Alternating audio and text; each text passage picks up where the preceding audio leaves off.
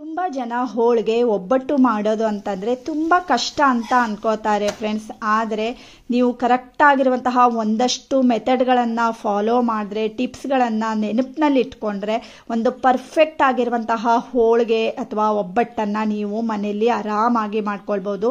ಉಳಿದಿರೋ ಹೋಳಿಗೆಗಳಿಗಿಂತನೂ ಇದು ತುಂಬಾ ಈಸಿಯಾಗಿ ಕೂಡ ಮಾಡ್ಕೊಳ್ಬೋದು. ಓಕೆನಾ?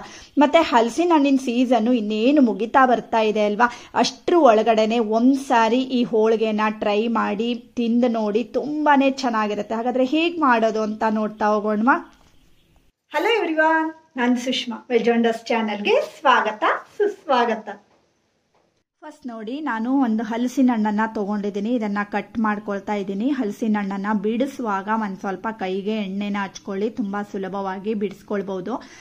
ಈಗ ನೋಡಿ, ಇನ್ನೇನು ಹಲಸಿನ ಹಣ್ಣಿನ ಸೀಸನ್ ಎಲ್ಲ ಮುಗಿತಾ ಇದೆ ಅಲ್ವಾ, ಅದಕ್ಕೋಸ್ಕರ ಇವತ್ತು ನಾನು ಒಂದ್ಸಾರಿ ಇದನ್ನು ಹೋಳಿಗೆನ ಮಾಡಿಬಿಡೋಣ ಅಂತ ಅಂದ್ಬಿಟ್ಟು ಇವತ್ತು ನಿಮ್ಮ ಜೊತೆಗೆ ಶೇರ್ ಮಾಡ್ತಾ ಇದ್ದೀನಿ. ಹಲಸಿನ ಹಣ್ಣಿನ ತೊಳೆ ಎಲ್ಲ ಬಿಡಿಸ್ಕೊಂಡು ಫುಲ್ಲು 1 ಕಪ್ ಆಗುವಷ್ಟು ನಾನು ಹಲಸಿನ ಹಣ್ಣಿನ ತೊಳೆನ ತೊಗೊಂಡಿದ್ದೀನಿ. ಉಳಿದಿರೋದನ್ನು ನಾನು ಮಿಕ್ಸಿಗೆ ಹಾಕಿ ಬೆಲ್ಲ ಹಾಕಿ ಕಾಸಿ ಫ್ರಿಜ್ಜಲ್ಲಿ ಇಟ್ಕೊತೀನಿ.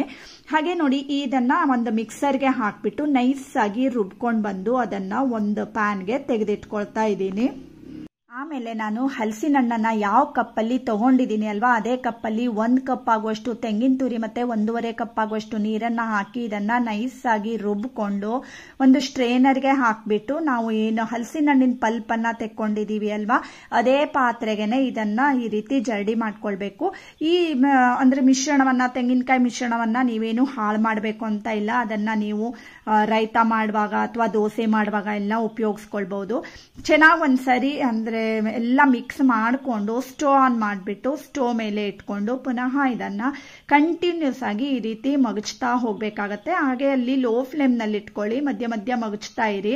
ಈ ಕಡೆಗೆ ಒಂದು ಬೌಲ್ಗೆ ನಾನು 3/4 ಕಪ್ ಆಗುವಷ್ಟು ಹಾಲ್ ಪೌಡರ್ ಅನ್ನ ಹಾಕ್ಬಿಟ್ಟು ಅದಕ್ಕೆ ನೀರನ್ನ ಹಾಕಿ ಚೆನ್ನಾಗಿ ಈ ರೀತಿ ಮಿಕ್ಸ್ ಮಾಡಿಕೊಂಡು ಗಂಟಿಲ್ದೆ ಇರೋ ರೀತಿಯಲ್ಲಿ ಮಿಕ್ಸ್ ಮಾಡಿ ರೆಡಿ ಮಾಡ್ಕೊಳ್ಳಿ.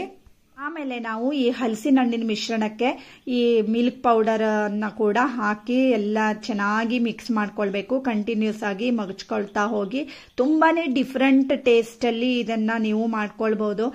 ಯಾವತ್ತೂ ಮಾಡಿರ್ಲಿಕ್ಕಿಲ್ಲ ನೀವು ಅಂತ ಅನ್ಕೋತೀನಿ ಫ್ರೆಂಡ್ಸ್. ಹಾಗೆ ಇದಕ್ಕೆ ಈಗ ನಾನು ಫಸ್ಟ್ ನೋಡಿ 1 ಕಪ್ ಆಗುವಷ್ಟು ನಾನು ಬೆಲ್ಲನ ಹಾಕೊಳ್ತಾ ಇದ್ದೀನಿ. ಚೆನ್ನಾಗಿ ಅದೆಲ್ಲ ಮಿಕ್ಸ್ ಆದ್ಮೇಲೆ ಹಾಕೊಳ್ಳಿ. ಚೆನ್ನಾಗಿ ಇದನ್ನ ನೋಡಿ ಬೆಲ್ಲನ ಮಿಕ್ಸ್ ಮಾಡ್ಕೊಳ್ಳಿ. ಬೇಕಿದ್ರೆ ಒಂದ್ ಸ್ವಲ್ಪ ಟೇಸ್ಟ್ ಮಾಡಿ ನೋಡ್ಬೋದು. ಚಿಟಕಿಯಷ್ಟು ಉಪ್ಪನ್ನ ಹಾಕೊಳ್ತಾ ಇದ್ದೀನಿ. ಬೇಕು ಅಂದ್ರೆ ಏಲಕ್ಕಿ ಪುಡಿ ಕೂಡ ಸೇರಿಸ್ಕೊಳ್ಬಹುದು. ನನ್ನ ಹತ್ರ ಏಲಕ್ಕಿ ಪೌಡರು ಮಾಡಿದ್ದು ಖಾಲಿ ಆಗಿತ್ತು. ಸೊ ಹಲಸಿನ ಹಣ್ಣಿನ ಫ್ಲೇವರೇ ಚೆನ್ನಾಗಿರುತ್ತೆ ಅಲ್ವಾ ಅಂತ ಅಂದ್ಬಿಟ್ಟು ನಾನು ಹಾಕಿಲ್ಲ ಏನನ್ನು. ಹಾಗೆ ಒಂದ್ ಸ್ವಲ್ಪ ಇನ್ನೂ ಒಂದು ಅರ್ಧ ಕಪ್ ಆಗುವಷ್ಟು ನಾನು ಬೆಲ್ಲನ ಸೇರಿಸ್ಕೊಂಡಿದ್ದೀನಿ. ಟೋಟಲ್ ಆಗಿ ಹಲಸಿನ ಹಣ್ಣಿನ ತೊಳೆ ತಗೊಂಡಿರೋ ಕಪ್ನಲ್ಲೇ 1.5 ಕಪ್ ಆಗುವಷ್ಟು ಬೆಲ್ಲನ ಹಾಕೊಂಡಿದ್ದೀನಿ. ಇದನ್ನ ಕಂಟಿನ್ಯೂಸ್ ಆಗಿ ಮಗಚ್ತಾ ಹೋಗ್ಬೇಕು. ಕೆಲವೊಂದು ಹಣ್ಣು ತುಂಬಾನೇ ಸಿಹಿ ಇರುತ್ತೆ ಹಲಸಿನ ಹಣ್ಣು, ಕೆಲವೊಂದು ಅಷ್ಟು ಸಿಹಿ ಇರಲ್ಲ ಅಲ್ವಾ, ಆವಾಗ 1.5 ಕಪ್ ಆಗುವಷ್ಟು ಬೆಲ್ಲ ಬೇಕಾಗತ್ತೆ.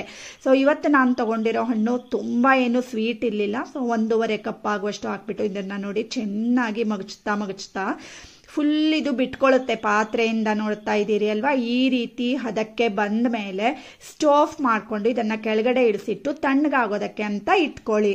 ಹಾಗೆ ನಾನು ನೆಕ್ಸ್ಟ್ ಈಗ ಕಣಕ ರೆಡಿ ಮಾಡ್ಕೊಳ್ತಾ ಇದ್ದೀನಿ. 1 ಕಪ್ ಆಗುವಷ್ಟು ನಾನು ಮೈದಾ ಹಿಟ್ಟನ್ನ ತಗೊಂಡಿದ್ದೀನಿ. ಅರ್ಧ ಕಪ್ ಆಗುವಷ್ಟು ಗೋಧಿ ಹಿಟ್ಟನ್ನ ತಗೊಂಡಿದ್ದೀನಿ.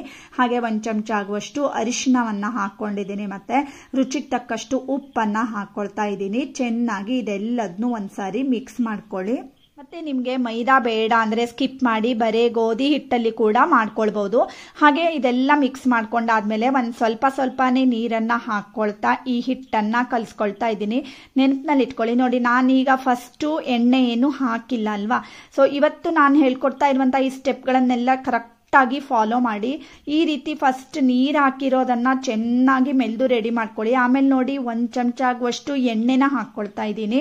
ಈಗ ಪುನಃ ಇದನ್ನ ಮೆಲ್ಕೊಳ್ಬೇಕು. ನಾವು ಈ ರೀತಿ ಚೆನ್ನಾಗಿ ಮೆಲ್ಕೊಳ್ಳೋದ್ರಿಂದ ಏನಾಗುತ್ತೆ, ನಾವು ಮಾಡ್ತಾ ಇರುವಂತಹ ಹೋಳಿಗೆ ತುಂಬಾ ಸಾಫ್ಟ್ ಆಗಿ ಬರುತ್ತೆ.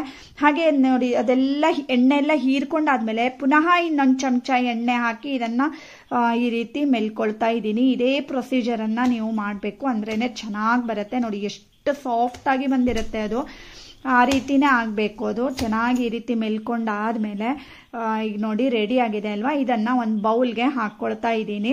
ಈ ರೀತಿ ಹಾಕೊಂಡಾದ್ಮೇಲೆ ಮೇಲ್ಗಡೆಯಿಂದ ಪುನಃ ಇನ್ನೊಂದು ಚಮಚ ಎಣ್ಣೆನ ಹಾಕ್ಕೊಳ್ತಾ ಇದ್ದೀನಿ. ಚೆನ್ನಾಗಿ ಇದನ್ನೆಲ್ಲ ಸ್ಪ್ರೆಡ್ ಮಾಡಿಬಿಟ್ಟು ಮುಚ್ಚಳ ಮುಚ್ಚಿ ಇದನ್ನ ಅಟ್ಲೀಸ್ಟ್ 2 hours ಆದ್ರೂ ನೆನೆಯೋದಕ್ಕೆ ಅಂತ ಬಿಡಿ. ನೀವು 2 hours ಇಟ್ಟಾಗ ಅದು ತುಂಬಾ ಸಾಫ್ಟ್ ಆಗಿ ಬರುತ್ತೆ. ನೀವು ಮಾಡುವಂತಹ ಹೋಳಿಗೆ ನೆನಪಿನಲ್ಲಿ ಇಟ್ಕೊಳ್ಳಿ. ಹಾಗೆ ನೋಡಿ 2 hours ಆದ್ಮೇಲೆ ಈ ಕಡೆಗೆ ಇದು ಕೂಡ ಅಂದ್ರೆ ಹೂರ್ಣ ಕೂಡ ತಣ್ಣಗಾಗಿದೆ, ಅದು ಕೂಡ ಚೆನ್ನಾಗಿ ನೆಂದಿದೆ, ಕಣಕ ಕೂಡ. ಓಕೆನಾ. ಆಮೇಲೆ ಕೈಗೆ ಒಂದು ಸ್ವಲ್ಪ ನಾನು ಎಣ್ಣೆನ ಹಚ್ಕೊಂಡಿದ್ದೀನಿ. ಬೇಕಾಗಲ್ಲ, ಬಟ್ ನಾವು ಉಂಡೆ ಕಟ್ಕೊಳ್ತಾ ಎಲ್ಲ ಮಾಡುವಾಗ ಕೈಗೆ ಅಂಟಬಾರ್ದು ಅಂತ ಅಂದ್ಬಿಟ್ಟು ಒಂದು ಸ್ವಲ್ಪ ನಾನು ಎಣ್ಣೆನ ಹಚ್ಕೊಂಡಿದ್ದೀನಿ.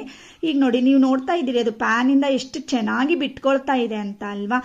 ನಾನು ಮೀಡಿಯಂ ಸೈಜ್ನಲ್ಲಿ ಉಂಡೆನ ಮಾಡ್ಕೊಳ್ತಾ ಇದ್ದೀನಿ. ನಿಮ್ಗೆ ಯಾವ ಸೈಜಲ್ಲಿ ಹೋಳಿಗೆ ಬೇಕು ಅಂತ ನೋಡ್ಕೊಂಡು ಆ ರೀತಿ ಉಂಡೆನ ರೆಡಿ ಮಾಡ್ಕೊಳ್ಳಿ. ತುಂಬಾ ಬೇಗ, ಅದೇನು ಕಷ್ಟ ಇಲ್ಲ, ಅಷ್ಟು ಸಾಫ್ಟ್ ಆಗೇ ಇರುತ್ತೆ, ಚೆನ್ನಾಗಿರುತ್ತೆ.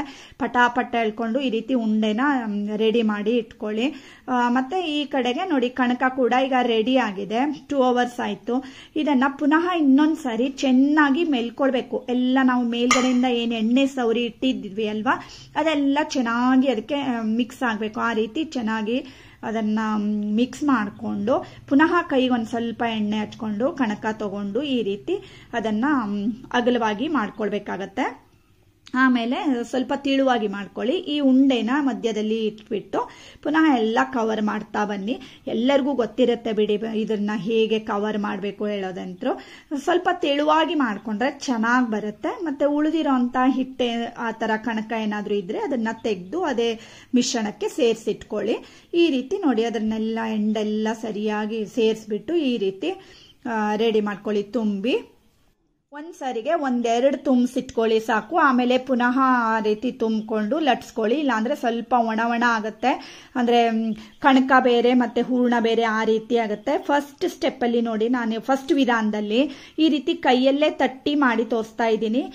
ಮತ್ತೆ ಇನ್ನೊಂದು ವಿಧಾನ ಕೂಡ ನಿಮ್ಗೆ ತೋರಿಸ್ತೀನಿ. ಈ ರೀತಿ ಕೈಯಲ್ಲಿ ನೀವು ಆರಾಮಾಗಿ ತಟ್ಬೋದು, ಸಾಫ್ಟ್ ಆಗೇ ಇರುತ್ತೆ ಅಲ್ವಾ, ಅದಕ್ಕೋಸ್ಕರ.